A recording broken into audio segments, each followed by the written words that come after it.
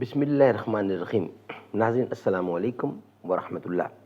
ناظرین یہ کتاب ہے سیرت النبی صلی اللہ علیہ وآلہ وسلم۔ ناظرین ایپیسوڈ نمبر 4 وی لاگ نمبر 532، پیج ہے 570، انصار کا حزن و اضطراب۔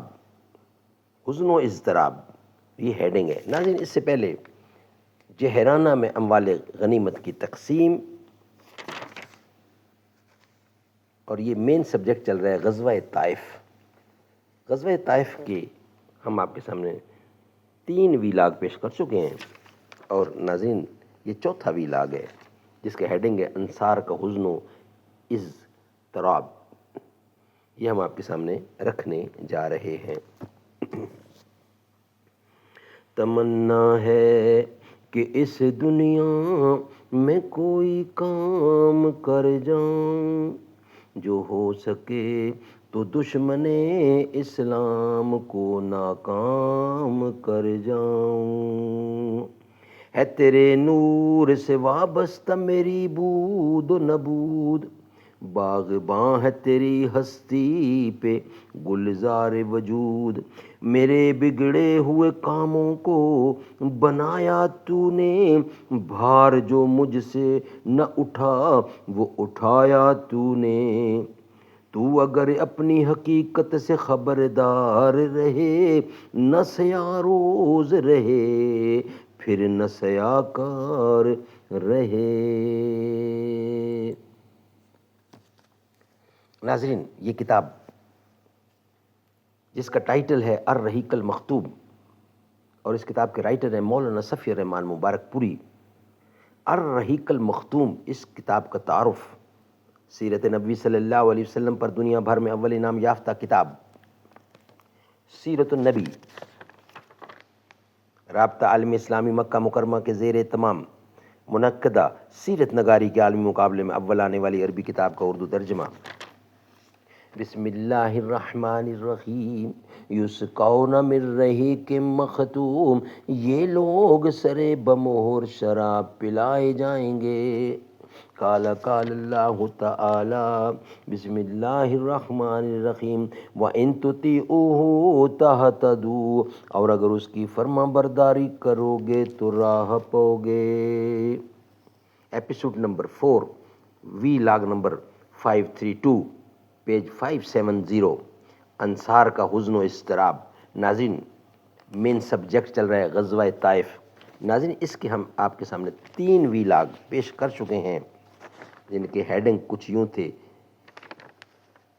غزوہ طائف، جہرانہ میں اموال غنیمت کی تقسیم، اور اب یہ ہے انصار کا حزن و اضطراب، ہم آپ کے سامنے رکھنے جا رہے ہیں۔ ہوئی بام حرم پر آ کے یوں گویا مؤذن سے، نہیں کھٹکا تیرے دل میں نبود مہر تاباں کا۔ پکاری اس طرح دیوار گلشن پر کھڑے ہو کر، چٹخ او غنچۂ گل تو مؤذن ہے گلستاں کا۔ سوئے گورے غریباں جب گئی زندوں کی بستی سے، تو یوں بولی نظارہ دیکھ کر شہر خموشاں کا۔ محمد کی غلامی دین حق کی شرط اول ہے، اسی میں ہو اگر خامی تو سب کچھ نامکمل ہے۔ انصار کا حزن و اضطراب، یہ سیاست پہلے پہل سمجھی نہ جا سکی، اسی لیے کچھ زبانوں پر حرف اعتراض آ گیا۔ انصار پر خصوصاً اس سیاست کی زد پڑی تھی کیونکہ وہ سب کے سب حنین کے ان عطایا سے بالکلیہ محروم رہ گئے تھے، یعنی رکھے گئے، حالانکہ مشکل کے وقت انہی کو پکارا گیا تھا اور وہی اڑ کر آئے تھے، اور رسول اللہ صلی اللہ علیہ وسلم کے ساتھ مل کر اس طرح جنگ کی تھی کہ فاش شکست شاندار فتح میں تبدیل ہو گئی تھی۔ لیکن اب وہ دیکھ رہے تھے کہ بھاگنے والوں کے ہاتھ پر ہیں اور وہ خود محروم و تہی دست۔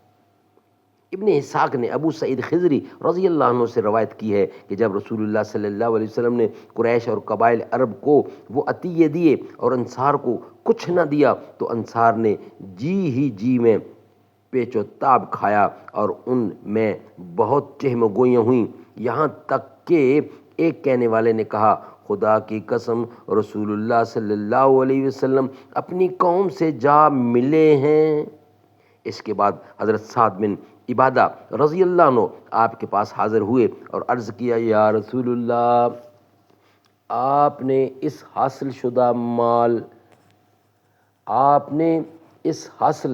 شدہ مال فے میں جو کچھ کیا ہے اس پر انصار اپنے جی میں آپ پر پیچ و تاب کھا رہے ہیں۔ آپ نے اسے اپنی قوم میں تقسیم فرمایا، قبائل عرب کو بڑے بڑے عطیے دیے لیکن انصار کو کچھ نہ دیا۔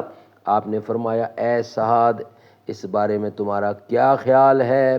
انہوں نے کہا یا رسول اللہ، میں بھی تو اپنی قوم ہی کا ایک آدمی ہوں۔ آپ نے فرمایا اچھا تو اپنی قوم کو اس چھول داری میں جمع کرو۔ سعد رضی اللہ نے نکل کر یعنی باہر نکل کر انسان کو اس چھولداری میں جمع کیا۔ کچھ مہاجرین بھی آ گئے تو انہیں داخل ہونے دیا، پھر کچھ دوسرے لوگ بھی آ گئے تو انہیں واپس کر دیا۔ جب سب لوگ جمع ہو گئے تو حضرت سعد نے رسول اللہ صلی اللہ علیہ وسلم کی خدمت میں حاضر ہو کر عرض کیا کہ قبیلہ انصار آپ کے لیے جمع ہو گیا ہے۔ رسول اللہ صلی اللہ علیہ وسلم ان کے پاس تشریف لائے، اللہ کی حمد و ثنا کی، پھر فرمایا انصار کے لوگوں، تمہاری یہ کیا چہم گوئی ہے جو میرے علم میں آئی ہے، اور یہ کیا ناراضگی ہے جو جی میں تم نے مجھ پر محسوس کی ہے؟ کیا ایسا نہیں کہ میں تمہارے پاس اس حالت میں آیا کہ تم گمراہ تھے، اللہ نے تمہیں ہدایت دی اور محتاج تھے، اللہ نے تمہیں غنی بنا دیا، اور باہم دشمن تھے، اللہ نے تمہارے دل جوڑ دیے۔ لوگوں نے کہا کیوں نہیں، اللہ اور اس کے رسول کا بڑا فضل و کرم ہے۔ اس کے بعد آپ نے فرمایا انصار کے لوگوں مجھے جواب کیوں نہیں دیتے؟ انصار نے عرض کیا یا رسول اللہ، بھلا ہم آپ کو کیا جواب دیں؟ اللہ اور اس کے رسول کا فضل و کرم ہے۔ آپ نے فرمایا دیکھو خدا کی قسم، اگر تم چاہو تو کہہ سکتے ہو اور سچ ہی کہو گے اور تمہاری بات سچ ہی مانی جائے گی کہ آپ ہمارے پاس اس حالت میں آئے کہ آپ کو جھٹلایا گیا تھا، ہم نے آپ کی تصدیق کی، آپ کو بے یار و مددگار چھوڑ دیا گیا تھا، ہم نے آپ کی مدد کی، آپ کو دھتکار دیا گیا تھا، ہم نے آپ کو ٹھکانہ دیا، آپ محتاج تھے، ہم نے آپ کی غمخواری و غم گساری کی۔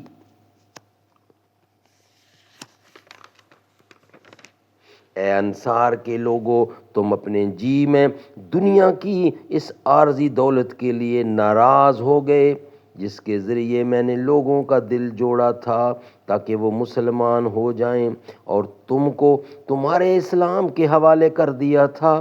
اے انصار، کیا تم اس سے راضی نہیں کہ لوگ اونٹ اور بکریاں لے کر جائیں اور تم رسول اللہ کو لے کر اپنے ڈیروں میں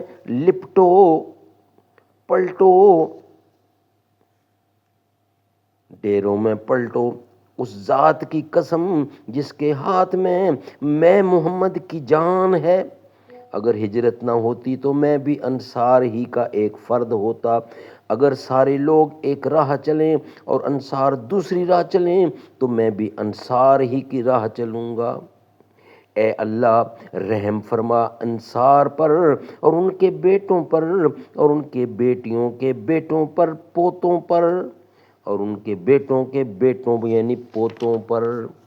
رسول اللہ صلی اللہ علیہ وسلم کا یہ خطاب سن کر لوگ اس قدر روئے کہ داڑھیاں تر ہو گئیں اور کہنے لگے ہم راضی ہیں کہ ہمارے حصے اور نصیب میں رسول اللہ خود ہیں۔ اس کے بعد رسول اللہ صلی اللہ علیہ وسلم واپس ہو گئے اور لوگ بھی بکھر گئے۔ سبحان اللہ، سبحان اللہ۔ ناظرین، یہ ویلاگ یہاں ہی کمپلیٹ ہوا ہے۔ نیکسٹ ویلاگ حوازن کی آمد، یہ ہم آپ کے سامنے رکھیں گے انشاءاللہ نیکسٹ ولاگ کی صورت میں. یہ ولاگ ہمارا یہاں مکمل ہوتا ہے.